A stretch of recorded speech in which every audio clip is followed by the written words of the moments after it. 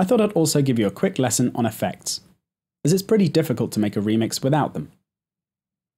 You can see if you double-click on a track in the arrangement, that in the lower half of the software window now, we can see something else displayed in what's called the device chain, which at the moment just means the chain of audio effects devices currently on that track.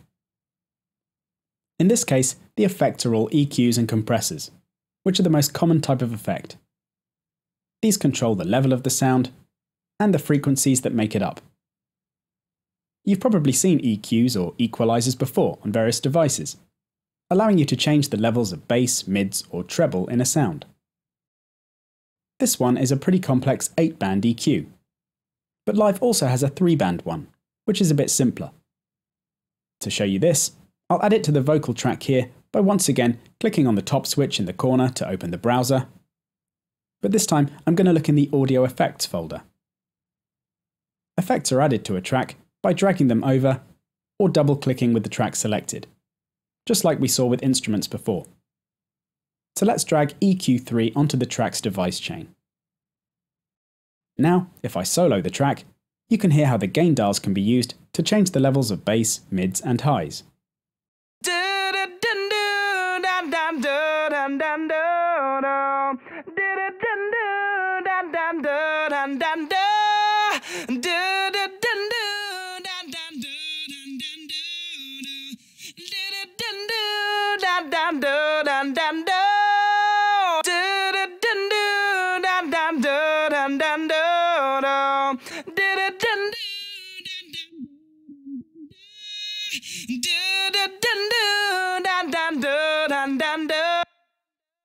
The bass dial didn't do too much there, but that's because the vocal doesn't have many low frequencies in it.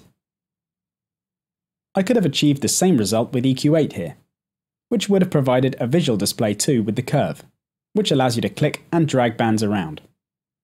So if I get rid of EQ3 now, by clicking on its name at the top and then hitting delete, then I can show you what I mean.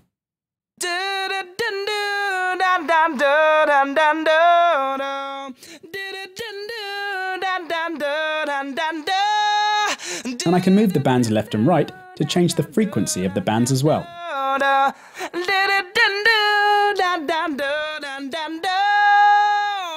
So this is a much more complex EQ, with up to 8 fully parametric multi-mode bands. So there's more to get your head round. But if you're feeling adventurous, then have a go with that. Let's pick a track we haven't heard much now, like the guitar part.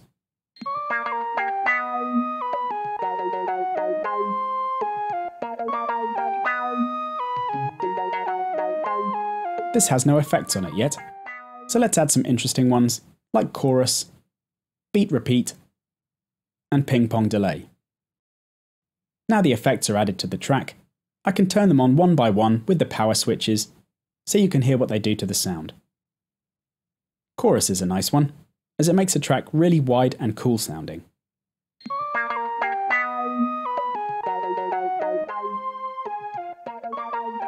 You can control the amount of the effect with the dry-wet dial.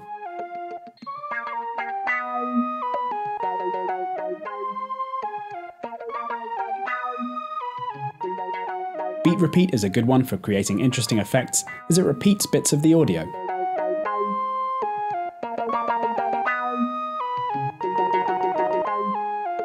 To increase the regularity that this happens, decrease the interval setting.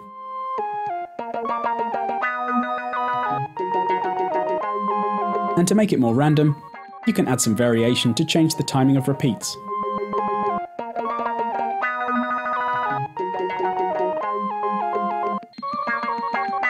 Setting it to ins then plays just the repeats instead of mixing them with the unprocessed audio on the track.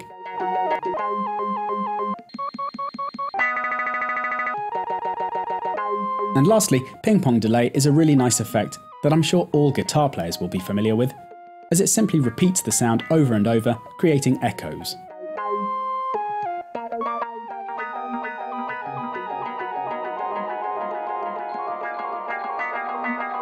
You can change the amount of time that the echoes last for with the feedback setting, and their timing with the switches above.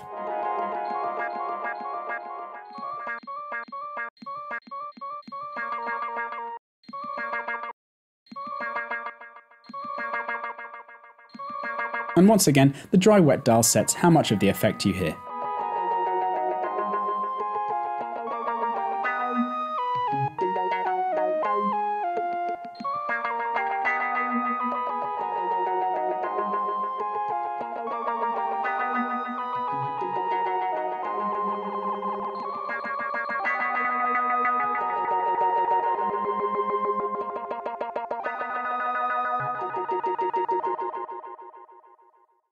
One other common effect you should know about is reverb, which makes a track a lot nicer and more natural sounding, as it places a sound in a space by adding reflections to it.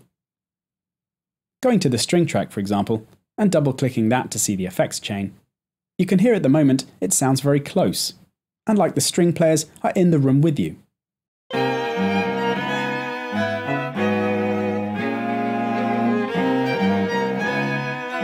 Adding the reverb effect now, though, suddenly backs them off into a bigger space, making them sound further away and deeper in the mix.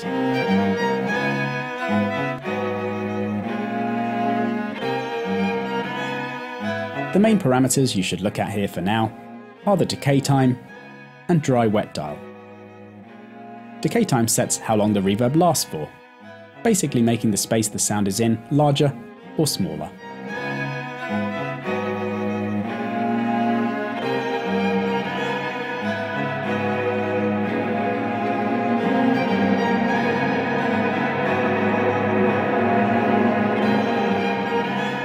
And then the dry-wet dial sets how close the strings are to you by changing the ratio of reflected to non-reflected sound.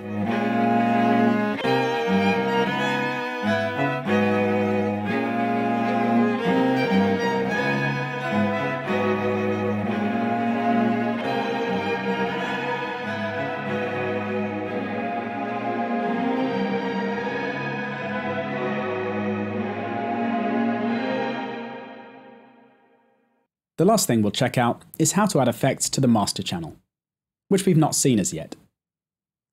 This is down at the bottom of the arrangement here, and is where all of the tracks in your mix are being routed to. So if you wanted to process them all together with effects, then you need to add them here. Let me just quickly show you a very popular effect to demonstrate this, and that's auto filter, an effect DJs will no doubt be familiar with. This is like an EQ, in that it acts on the frequencies in the sound. But in this case, it's normally used more severely to remove large amounts of them. Have a listen to what it does to these parts together now.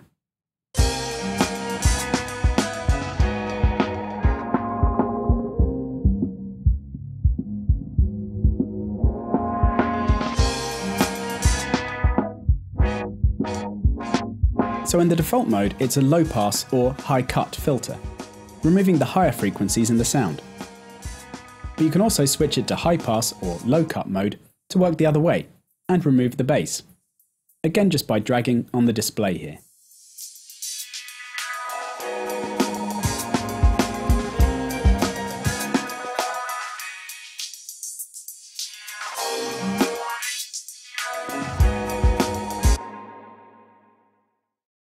Another quick effect I'll show you, as it's good on the master bus, is a compressor. This helps gel sounds together and makes your mix fatter. I'm not going to explain how it does this here, but if I lower the threshold and then increase the ratio until the gain reduction meter is showing a little activity, you can hear how much bigger the mix sounds.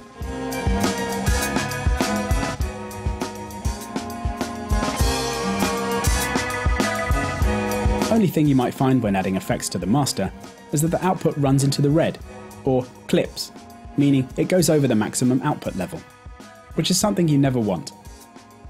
So you can avoid this by having the limiter effect at the end of the chain, which I'll do by dragging it over.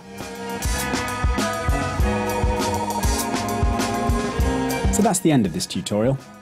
In the next one, I'm going to demonstrate a new quick and easy way of making a remix from Session View. See you then.